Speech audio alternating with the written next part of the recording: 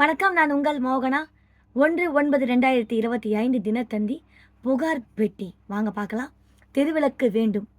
செங்கல்பட்டு மாவட்டம் பழையம்பெருங்குளத்தூர் காமராஜர் நெடுஞ்சாலையில் தேசமுத்து மாரியம்மன் தெரு உள்ளது. இந்த தெருவில் மின்விளக்கு இல்லாததால் அந்த பகுதிகள் மது அருந்துதல் உள்ளிட்ட சட்டவிரோத சம்பவங்கள் நடக்கிறது. எனவே பெண்கள் இந்த வழியாக செல்ல அச்சப்படுகின்றனர்.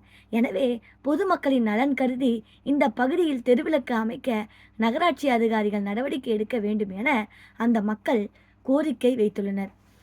குமார், பழைய பெருங்குளத்தூர். அப்புறம் பாருங்க, சாலையில் தேங்கும் கழிவுநீர். சென்னை புதுப்பேட்டை பாஷா சாஹிப் தெருவில் கழிவுநீர் தேங்குவதும் சாலையில் ஓடுவதும் வாடிக்கையாகி வருகிறது. கடந்த சில நாட்களாக இந்த தெருவில் கழிவுநீர் வடிகால் நிரம்பி கழிவுநீர் சாலையில் தேங்கி இருக்கின்றன. இதனால் அந்த சாலையில் துர்நாற்றம் வீசுகிறது. மேலும் நோய் பரவும் அபாயமும் இருப்பதால் சம்பந்தப்பட்ட மாநகராட்சி அதிகாரிகள் சாலையில் தேங்கும் வழி தண்ணீரை அகற்ற, அதாவது சாலையில் தேங்கும் சுழி தண்ணீரை அகற்ற நடவடிக்கை எடுக்க வேண்டும். இதை ராஜா, புதுப்பேட்டை. விளையாட்டு அரங்கத்தால் குடியிருப்பு வாசிகள் அவதி.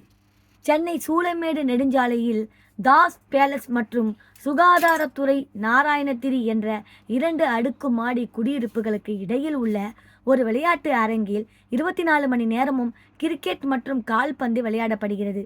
இரவு பகலாக செயல்படும் விளையாட்டு அரங்கில் வீரர்களின் சத்தம் மற்றும் சக்தி வாய்ந்த ஒளி விளக்குகளால் அடுக்கும் மாடி குடியிருப்புகளில் வசிக்கும் 250க்கும் மேற்பட்ட குடியிருப்பு வாசிகள் கடும் அவதியடைந்து வருகின்றனர்.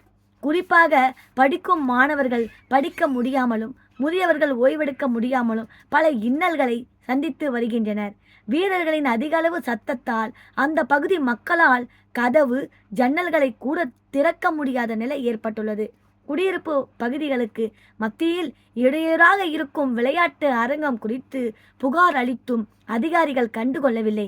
எனவே மக்களின் நலன் கருதி இது தொடர்பாக மாநகராட்சி அதிகாரிகள் உரிய நடவடிக்கை எடுக்க வேண்டும். இதை பாருங்க, எஸ் ரபிக் அகமதுங்க. அப்புறம் பொது கழிப்பீடு தேவை. சென்னை கிண்டி கத்திபாரா பாலம் இப்போதும் பரபரப்பான இடம். இங்கு தினமும் ஏராளமான வாகன ஓட்டிகள் பொதுமக்கள் கடந்து செல்கின்றனர். இந்த பாலத்திற்கு கீழே தனியார் புட் கோட் உணவு விடுதி செயல்பட்டு வருகிறது. இந்த உணவு விடுதியில் உள்ள தனியார் கழிவறையில் சிறுநீர் கழிக்க மட்டும் ₹20 கட்டணமாக வசூலிக்கப்படுகிறது.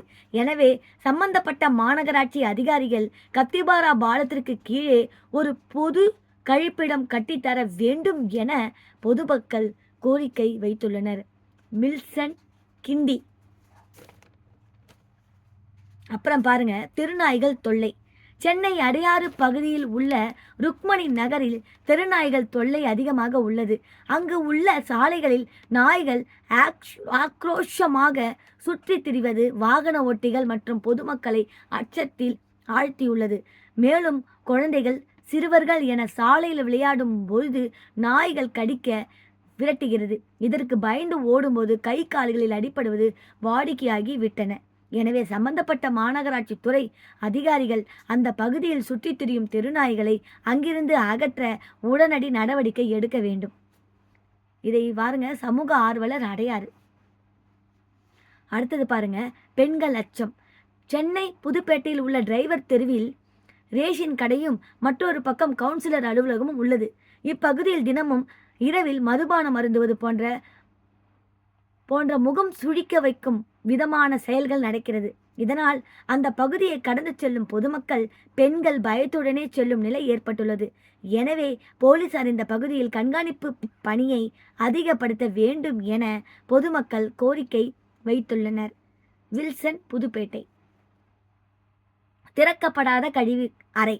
திருவள்ளூர் மாவட்டம் பூந்தமல்லி நகராட்சிக்குட்பட்ட கும்மனஞ்சாவடி பகுதியில் மக்கள் பயன்பாட்டிற்காக பொது கழிப்பிடம் கட்டப்பட்டது. இந்த கழிப்பறை கட்டப்பட்டு சில மாதங்களுக்கு முன்பு திறக்கப்பட்ட நிலையில் பொதுமக்கள் பயன்பாட்டிற்கு கொண்டு வரப்படவில்லை.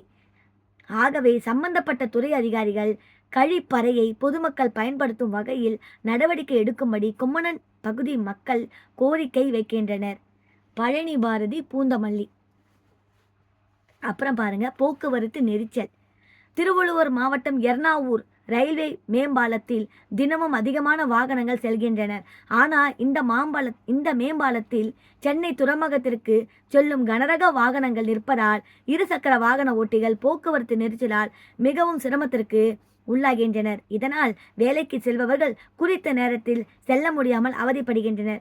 மேலும் இப்பகுதியில் அவ்வப்போது விபத்து ஏற்பட்டு உயிர் சேதமும் ஏற்படுகிறது. ஆகவே சம்பந்தப்பட்ட மாநகராட்சி அதிகாரிகள் நடவடிக்கை எடுக்கும்படி வாகன ஓட்டிகள் எதிர்பார்க்கின்றனர். சுகுமார், எர்ணாவூர்.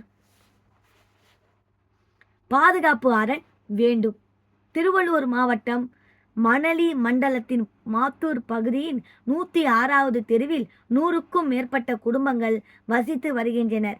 இங்கு அமைக்கப்பட்ட டிரான்ஸ்ஃபார்மர் எவ்வித பாதுகாப்பு அரண்களும் இன்றி அமைக்கப்பட்டுள்ளது. மேலும் இந்த டிரான்ஸ்ஃபார்மரை சுற்றி புதர் செடிகள் வளர்த்து காணப்படுகிறது. இதனால்